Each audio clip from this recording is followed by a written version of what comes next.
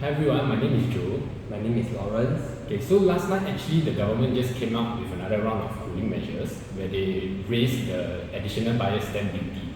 So I'm sure many of you all are wondering what are the repercussions of this round of cooling measures. So Lawrence, actually what do you think is the main cause for this round of cooling measure? I think there are many reasons, to be honest, and I think for the longest time, even in the parliament, they are talking about the wealth disparity and how they are able to tax the more wealthy ones. And also, I guess that the governments are seeing some figures that we as layperson are not able to see. I think very interestingly, in one of the articles back in 2022, November, MAS released a report that in 2021, Singapore has received a total of 448 billion into the country, and that is in 2021. And in 2022 and the beginning of 2023, we have yet to know the figures.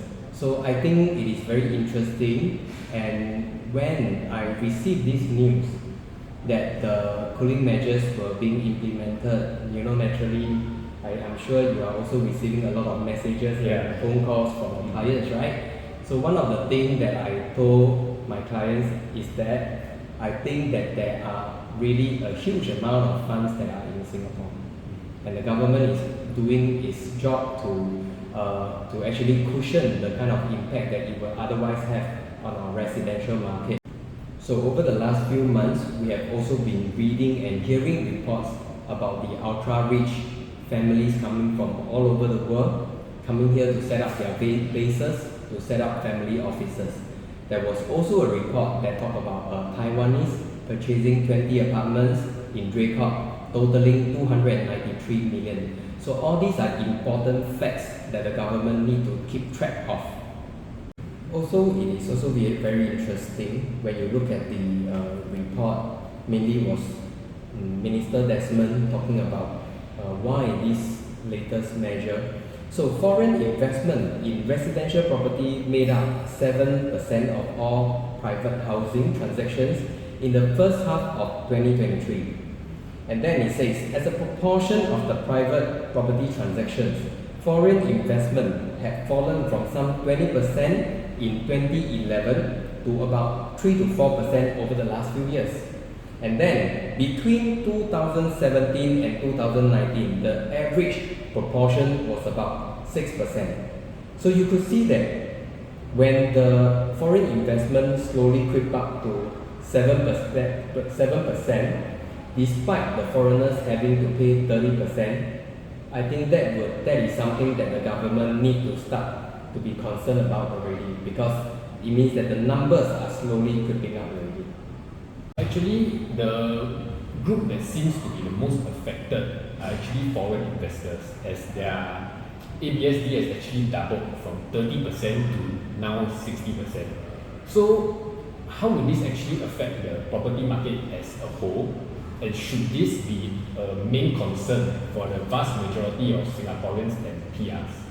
I think if you look at the report, right, you can see that Minister Desmond Lee has actually mentioned that he wanted to protect the local Singaporeans purchasing the properties for own occupancy.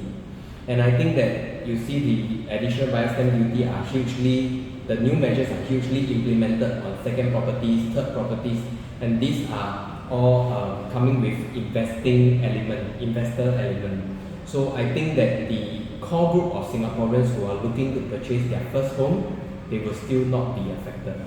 Okay, so Lawrence, actually with all of this, do you think the market will actually start to take a dive, or maybe will start to show like early signs of the prices crashing?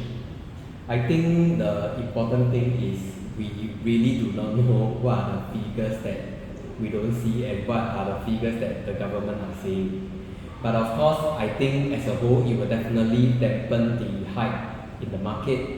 But it's important to note when we received the announcement from MAS about 448 billion coming into Singapore, we only received this report in November 2022. and it's actually talking about the whole of 2021, and that was like 11 months apart. So the last cooling measure that targeted the additional buyer's stamp duty was implemented in December 2021. So I wonder how much of this 448 billion was already seen at that point of time, and then the cooling measure was implemented. So likewise, in this round of cooling measure, it is interesting to know how much money are already in Singapore. And if there is indeed a huge pool of it here already, I think despite the increase, some will still make its way to the real estate segment, probably not as much as before. Yeah, and also it's important to note that in different countries, they have their own sets of regulations, their rules. In some places, especially the developed countries, there is an inheritance tax as high as 40%. There is also a capital gain tax, which in Singapore here we do not have currently. So at the end of the day, investors will still be looking at places to put their investment with, and well, they will have to consider all these factors. Thanks, Lawrence, for your very insightful sharing. You're welcome. And thanks to everyone for watching us. And do follow us for more insights on the property market in the future. Bye bye.